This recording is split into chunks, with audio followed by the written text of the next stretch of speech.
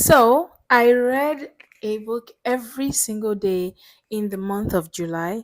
And this month in August, I'm going to be sharing with you reviews about the books, summaries of the books, what I liked about them, what I did not like, and most importantly, my rating, and also if I will recommend that you read the book. Okay, so for this video, I'm going to be starting with a hi. Oh my goodness. I'm going to be starting with a book by Kristina Forest, and that book is titled The Neighbor Favor. It's the first book in the Greene Sisters series, and it was also my first time reading a book by Kristina Forest, and it's definitely not going to be my last time reading a book by this author. Oh my goodness. Whew, okay, let me calm down. And another thing about these videos, I'm just going to be yapping. This is straight from my mind, so just get ready for me as we move on in this YouTube channel. Whew, okay, so, wow. The Neighbor Favor is such a beautiful work of fiction. It's a contemporary fiction and it follows the story of two people, the main characters. Um, we follow Lily and Nick, who are two people with similarly very different career paths and all of that. So how do they meet?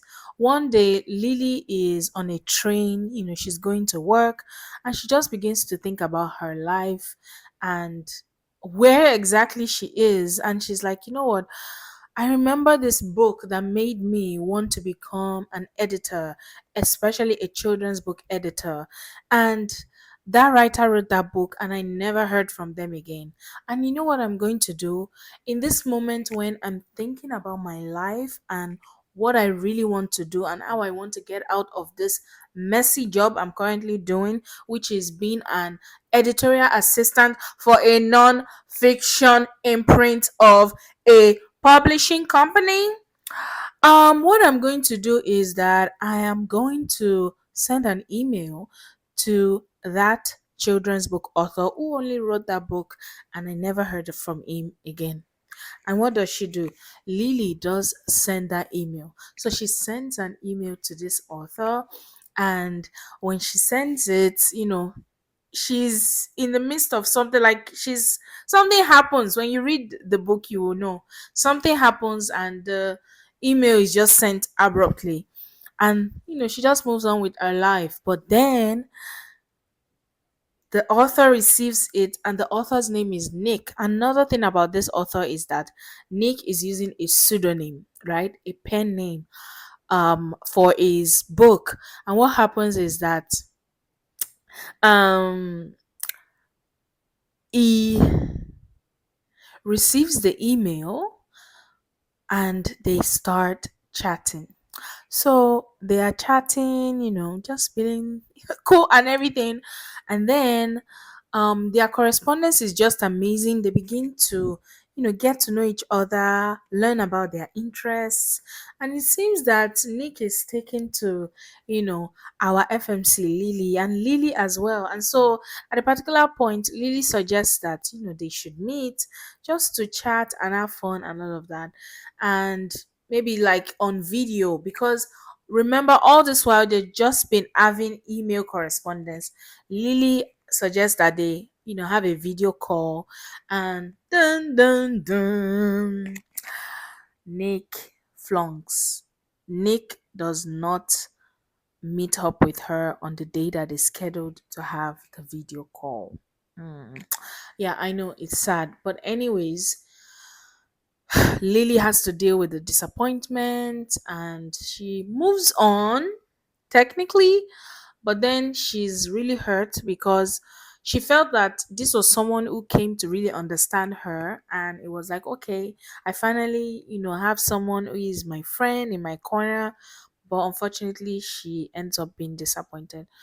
So she moves on with her life, she's doing her thing, but then one day, the next part of the story is when We are now introduced to Nick in person and Lily as well. This time, Lily is living in her sister's house. Mm. Lily is living in her sister's house, and Nick has just moved into the apartment. Now, something that happened in the story is that, remember, Nick stopped writing. But based on the conversation he and Lily have been, that they had when they were doing their email exchange, he's inspired, right?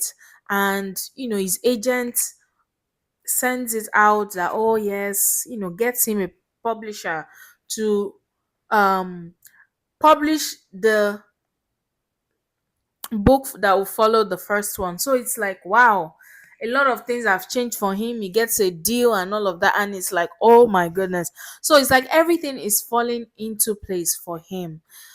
And then he moves to New York, where our FMC is, and it's in the same building where the FMC is living. But also remember, they do not know what they look like.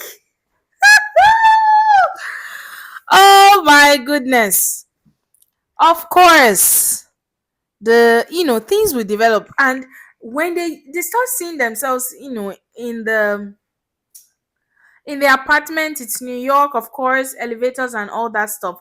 But they just have this thing like, oh, there's this feeling that they have for each other, but they can't explain it. And they are living their lives, doing their thing. And another thing is that Lily is somebody who has like a lot of anxiety when it comes to interacting with people, so that stops her from having any interaction or conversation with this guy.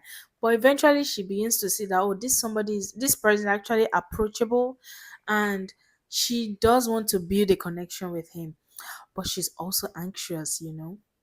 However, at the end of the day, they get to know each other, but you would want to know who will be the first person to figure out that, oh, this is actually the person that I was having a conversation with.